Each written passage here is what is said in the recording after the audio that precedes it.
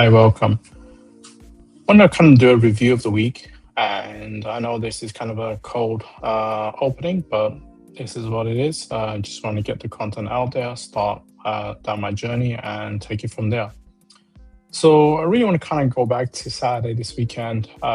Usually, being out here in California, waking up in the morning, looking at the news to see what's happening, because obviously anything related to football, especially in the Premier League, we're 8 hours behind out here. So it makes things a bit more interesting because you don't get midday breaking news. The news either is when you're in the morning or it's in the evening, late at night. So Saturday morning, as I woke up, checked my phone, and the first news I saw was basically how the Liverpool replace Arne Slot. And I was like, maybe I'm reading this incorrectly or what. And then as I start scrolling, I kind of realized that Slot was sacked. And for me, that was kind of shocking because all the media and all the noise coming out was that he has, he's going to be here next year and he's going to be in position to take the team forward. Obviously, for as for any of us who watched Liverpool over the last year, knows that the performances have been good enough. The overall results have been good enough, and overall, there's just been a kind of a negative and toxic sentiment towards the team. So it was unexpected, but at the same time expected because a lot of the fans, a lot of the people watching just kind of realized, the booing in the stadium, the toxic energy online, and everything else was, it was inevitable if we really think about it that Slot will be sacked. So that's what happened. But what that did, and I felt was very interesting, was that Saturday was supposed to be Arsenal's day. It was supposed to be about the Champions League final against PSG. And I feel that Slot being sacked was basically, taken from the newsfeed, taken from the headlines, and absolutely kind of hijacking the day. Now, what some can say is being petty. Some can say it's tactical because, whatever it is, it basically took everyone's attention. So it's good for what it is. Speaking of the Champions League, the final was kind of what everyone was expecting it to be, that Arsenal was going to be defending for, the whole period of time. And PSG would have to kind of, keep knocking to try and score. When Arsenal scored first early on, it just meant that they're going to be, playing a tight formation, tight defensive game, and it's up to PSG to break them down. Now, I personally was kind of rooting for PSG. I think as many Liverpool fans were, and the reason for that is obvious. They won their Premier League title this year with what we can say is anti-football, rugby tackles in the box, corners, set pieces that just really not easy on the eye. And at the same time, one of the things in sports is that we want to make sure that we're the better team and, have more titles, whether it's in Europe, whether it's in the Premiership, whether it's domestic cups. So seeing them lose kind of brought some kind of, I guess you'll say, justice in the world, in that case, in the sports world, because Arsenal's setup is not geared for playing football. It's not geared for winning. It's played for being really negative. So it was really good to kind of see that, and which is very interesting because on that Saturday there was like a hat trick of good news, right? So it started off with, for me, Slot being sacked, then it went through Arsenal losing and PSG winning and football winning. That's what we would say as fans. And then being over here in the US, the big game of the day was the San Antonio Spurs playing the Oklahoma City Thunder, sorry. And that was kind of like me thinking just before the day, like, okay, we've got 2 out of 3. Are we going to get 3 out of 3?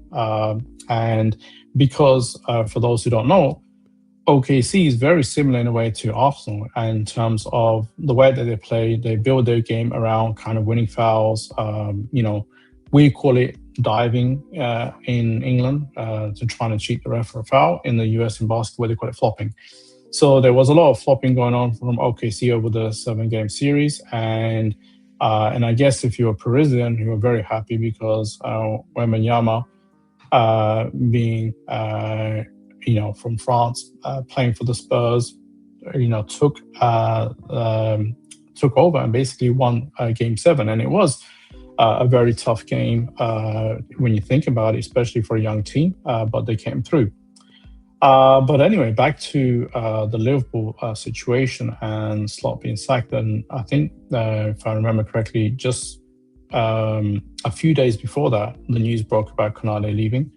And as you know today, because I'm filming this on Tuesday, Konate looks like he's going to be heading to Real Madrid. Now, a lot of people are going to be putting one plus one together and assuming that this was a deal that was agreed upon early in December or whenever when it was available for Konate to go to Real Madrid, and words like rat or whatever is going to be thrown out there. But at the end of the day, we need to look at this objectively. At the end of the day, whatever we as fans, we take this game as a passion to our heart. But for a lot of the players, it's a job, and we have to look at it from a job's perspective. If another team's offering them more money, that's going to be something they're going to be more attracted towards. And if we look at it from a retrospective perspective, we're going to be like, okay, if someone offered you more money for a job, would you decline it just because you like the current job, or you can look at taking it up because it's you're going to get paid more? And let's not kid ourselves. Real Madrid is still Real Madrid. They're the biggest club in the world. And it's a change of scenery. He was at Liverpool for 5 years. So if that's what it is, if he decides to go, then, good for him. I'm not one of those fans who's going to take it negative and start calling him rat, or what happened to Trent and saying the same thing about, he's a rat or he's, whatever. At the end of the day, they're individuals, they're humans, they live their own lives, and, whatever's going to be best for them is best for them. And we have to look at it from our club's perspective. The same way we wanted Slot gone because of the performances, the same way many of us were not too happy with Konate's performances.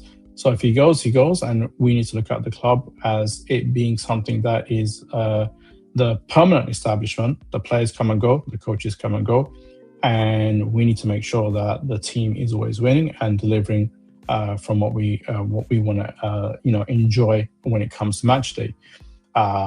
So coming back to that Konate news is that when I think about it and what my personal thoughts are on it, is that overall for the team, it's a bit of a negative because obviously we're missing out on a quality centre-back who's dominant in the air. Now, whatever we say about his limitations on the ground and on the deck, and his ability to control the ball or manipulate the ball or passing into midfield or any deep progression passing, any of that tactical stuff, he still was a solid defender, still solid in the air. And whilst there's a few blunders here and there, overall was very solid and very solid centre-back pairing, as well as being a leader in the locker room. You see the videos in the background, behind the scenes, and he's kind of a big personality.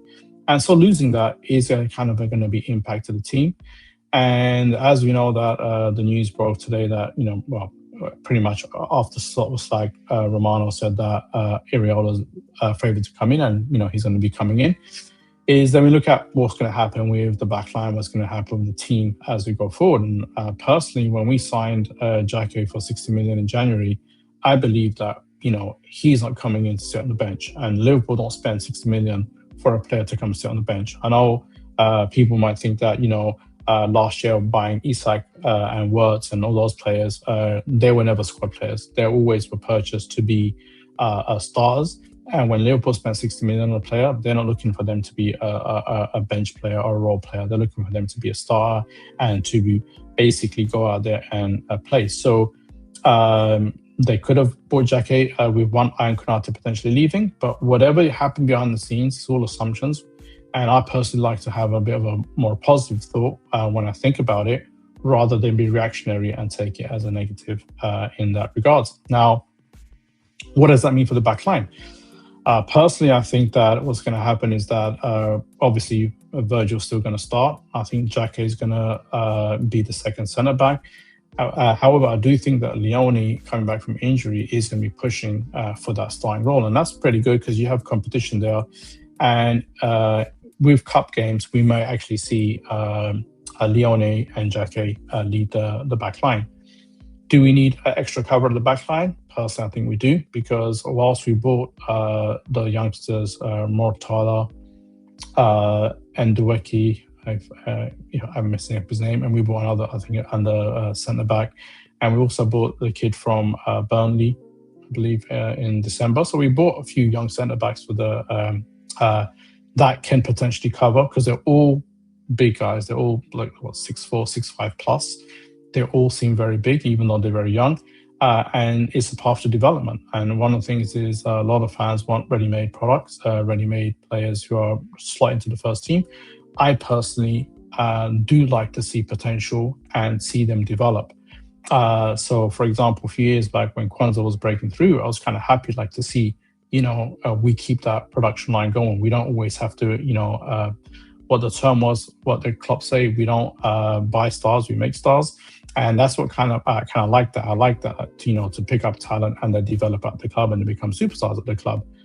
For the back line, I would like to see some of the youngsters come through. I know, we want to win, but if we have a manager that's going to develop players, I think that we will see those players come through, because I do believe that whilst we've been upset with the sporting directors and acquisitions, overall, when it comes to the youth team and the academy, they've been really good. They've been getting really good signings. Like as I mentioned, at centre back, there's that kid that they're looking at from in the Bundesliga. I think Hertz or something, Eincourt or something like that. Again, seen as a top talent, already playing. At the age of 16. There's other kid that I forgot his name, but he was from South America. I believe it's Colombia. Again, high profile, high ranking, high quality player that's coming in to join the academy. And then, we would see what's happening with the development of players like Josh Abe, and we already know about Rio. So how does that pan out is that hopefully I will see that in the Carabao Cup and in the FA Cup, these youngsters get far more game time to play and go at it, really, to kind of showcase their skills. Because one thing is that, and I felt personally, was that whilst everybody was really happy about the Klopp kids, after that Carabao Cup final game, they never played again. And whether it could be injuries or what, but I felt that we needed that freshness, those legs that helped us during the AFCON period. We brought them in. Trent was out for a while, and they kind of helped step up and level up. Once Trent came back, once Salah came back, they will never see the pitch again. And I felt that we could actually lean on them in Klopp's final year and maybe help us get over the line to potentially win the title. But, we just kind of, as Klopp's energy faded, the whole team's energy faded, and we end up finishing third. So back to the team as we get, as I mentioned about the youth team, like, okay, so we've spoken about youth. What about the, transfer signings, the incomings that's going to happen? Now, there's always going to be people who think that they know what's going to happen. And frankly speaking, the truth is we don't know what's going to happen. There may be some inklings. There may be some people that may have some contacts. But if we look at recent history, it goes to show that the club keep their secrets very secret and nobody really knows what's going on. And I go to Salah's announcement of leaving. Nobody saw that coming. No rumor, no indication. It was just a video drop. Boom, Salah is gone. And then the same with Slot. There was murmurs, there was rumors, but no one really knew what was going on. And then all of a sudden, Saturday morning, boom, gone. And then even when we look at certain signings, like the Wirtz signing last year, prior to the activity hyping up, no one saw it come. No one knew about it. There was talks about Man City. There was talk about, I think it was Bayern Munich. And then all of a sudden, out of nowhere, in 1 or 2 days, we became the favorite, and then we kind of landed Wirtz. So when it comes to the sporting directors, when it comes to their jobs, they do a very good job. They work covertly. They may have smoke screens. They may have, messaging that they put out there to kind of deflect and detract. But at the end of the day, they kind of get the job done. And whilst it's not to everyone's a cup of tea, it is what it is, right? I think that when we look back after the 3 years of the tenure of Richard Hughes, we maybe look back and say, well, he actually did a very good job. It's just that it requires a lot of patience and it requires a lot of trust, really, to kind of see if they're going to deliver as they deliver.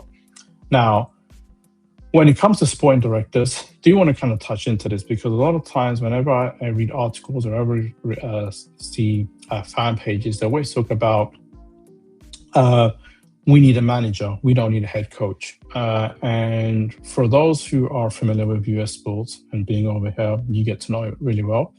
Is that the concept of a general manager is very common here, and the general manager is basically responsible for player acquisition and managing the business side of the sports side. So when we look at sports now, it's not just whatever you're playing as an activity. It's a corporation. You have an entire business that's taking place. On one side, you have the business side, such as the marketing, the advertising, working on TV deals, working on sponsorship, working on corporate branding.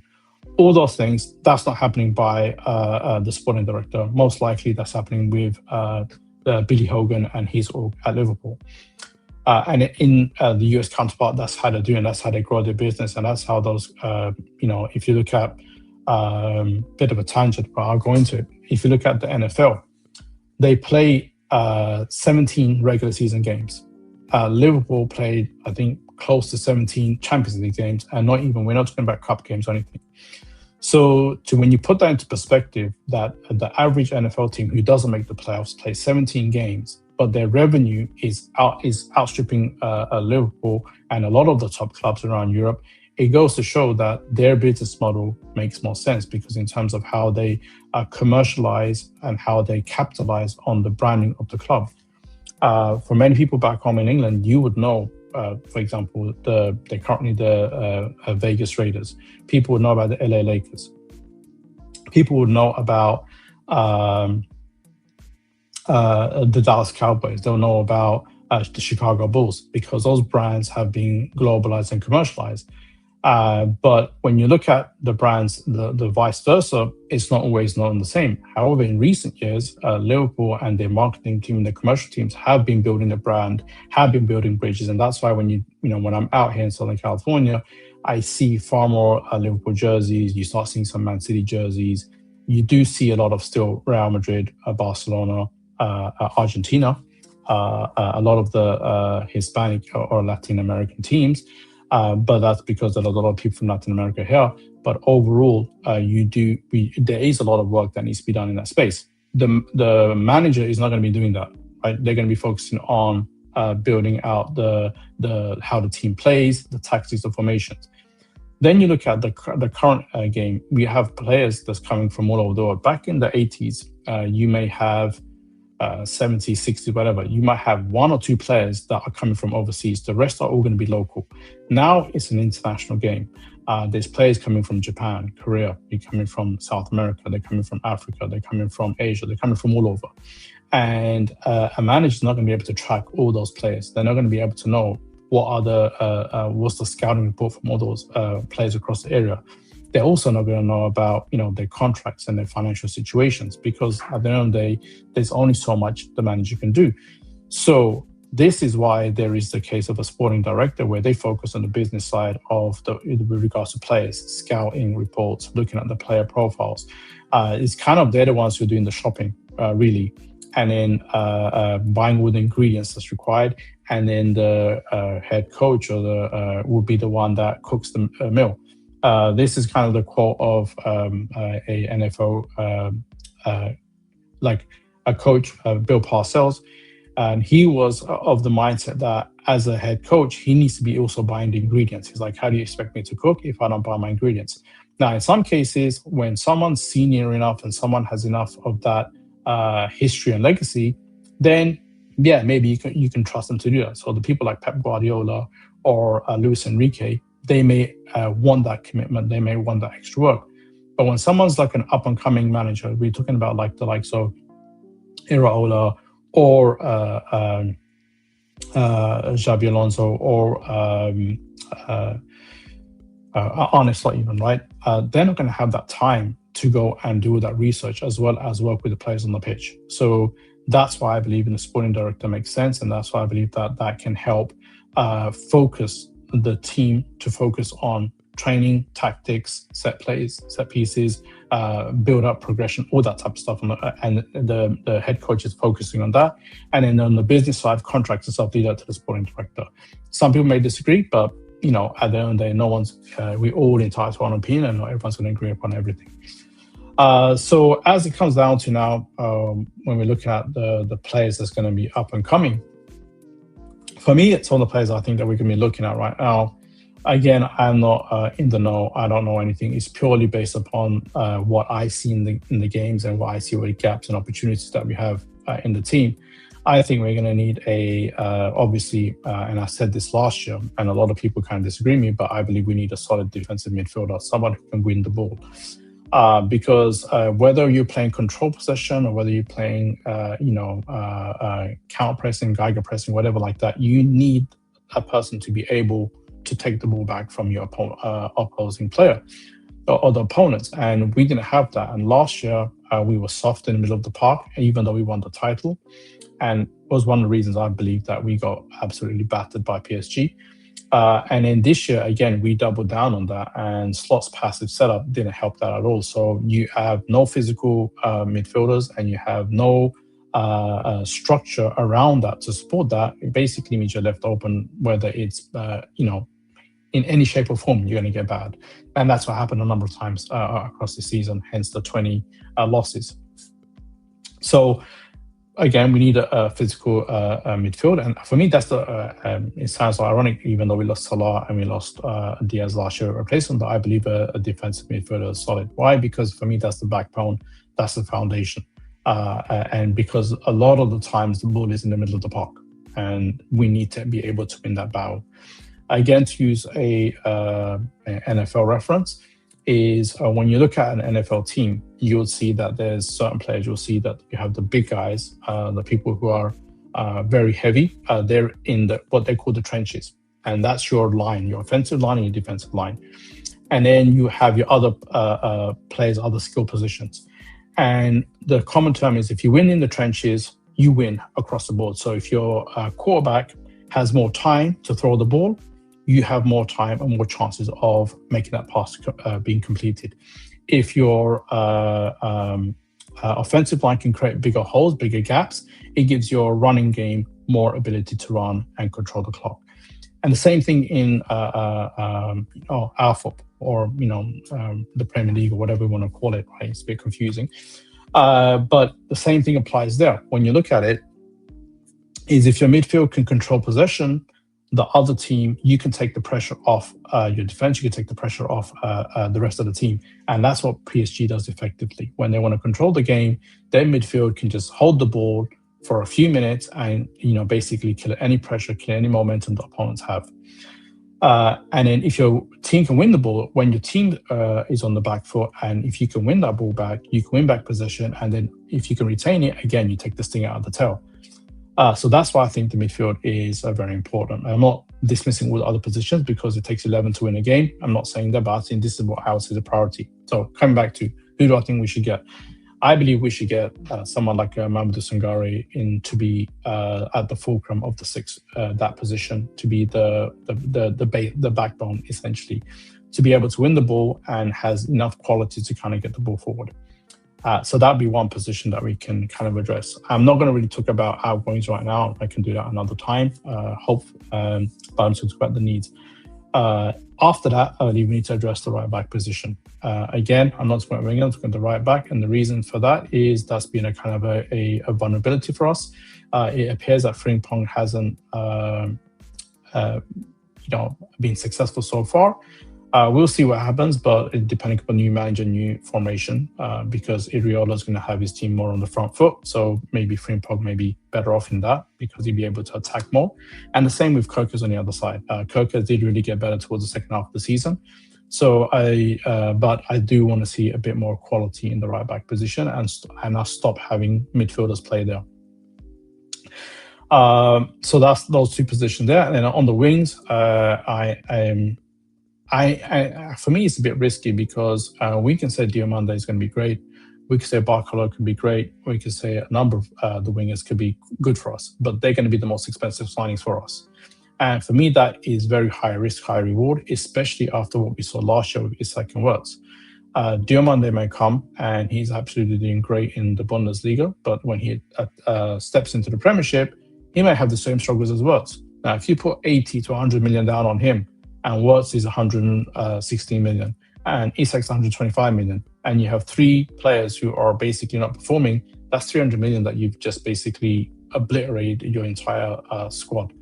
So, and then if you add Barcolo to that, and again, it can be very impactful. The other thing is, whenever I look at what we need, I would rather have two players like in that position. So let's just say we got Diomande, and if we were going to spend 80 or 90 on Barcola, I would rather get two 40 million wingers. I know it sounds counterproductive to be an elite team, but as I mentioned earlier, I like development. I want to see development in the team. I want to see us not be, ready-made. I want us to be able to get players and build them up and build into a profile where, we can kind of have not only we're winning, but we're winning with players that we made. That kind of a mentality, as opposed to, you're only winning because you have stars. And I think that's one of the reasons PSG is so enjoyable, and kind of why there's that kind of organic feel to it, because they tried with Neymar, with Messi, and with Mbappe, and it didn't work. And then they went out and signed players that people were like, who? Vitinha, who? And the rest of the team like Doué. No. There weren't many people talking about Doué. There were not many people. Dembele. Dembele was seen as a flop at Barcelona, but they brought a team together and they gelled that team together, and then they made them all stars. Now people talk about them as like the best in the world, but 2 years ago, no one was talking about them as being best in the world. And that's what I kind of want to see at Liverpool. I don't want to kind of see us just basically, we're doing a Real Madrid Galactico approach. I want us to do a more organic approach. Also with that is that if one of the players get injured, you have the backup ready to go. Right now, when we lost Wirtz for a few games, we were struggling. The only position that we had strength was with Ekitike and Isak. And when Isak was out, we had Hugo to kind of step in. And that's why depth is important, because if we didn't have Hugo last year, we would have been in serious trouble, because we had no cover, we had no backup, we had nothing. And his goals did help us a lot. Some people, fans may not like him. I absolutely love him. So I think that he was a good signing for us, and I think he's going to get better. And hopefully we'll get back to recovery. And that's it with my news and breakdown of, the past week of Liverpool. There are, do plan to have more content coming. Do plan to speak to an agent to kind of learn about the agent side of the business, the sports world. I do plan to talk about injuries. I'm going to try and get someone who's a PT, a physical therapist, to kind of talk about recovery and rehab for certain injuries, so that it's not just me spewing my ideas or my nonsense, but it is actually experts who know something about whether it's sports agency, whether about the business side of the game, whether it's about injuries, and so that we have more realistic expectations what to expect from our players who have been injured, or what the recovery time is. And with that, I'm going to kind of wrap up. But before I do, I just want to kind of touch on other things that I've been interested in this week. I do kind of take interest into wrestling. And one of the things that happened this week is there was the event AAA in Monterrey. Forgot the name, is Los Noches of... I forgot the name. I'll find it for you. But basically, it was the El Grande Americano OG versus El Grande Americano, I guess, the new guy. And it was just seeing the presentations, production, the way that they entered the match, just kind of like the music, the atmosphere, the fans.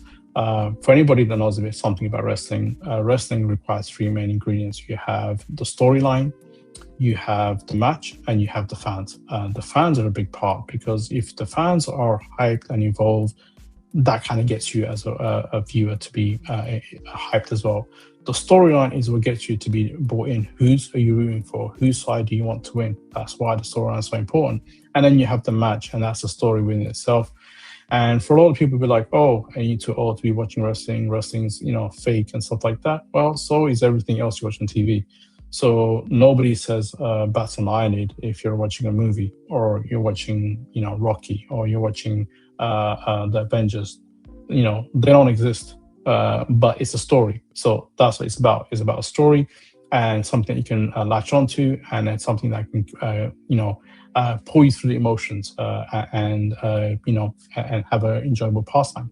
So for anybody out there, I highly recommend, if you do take a an interest in wrestling, I'll recommend watching that event. Let me just get the name of that event. It's triple.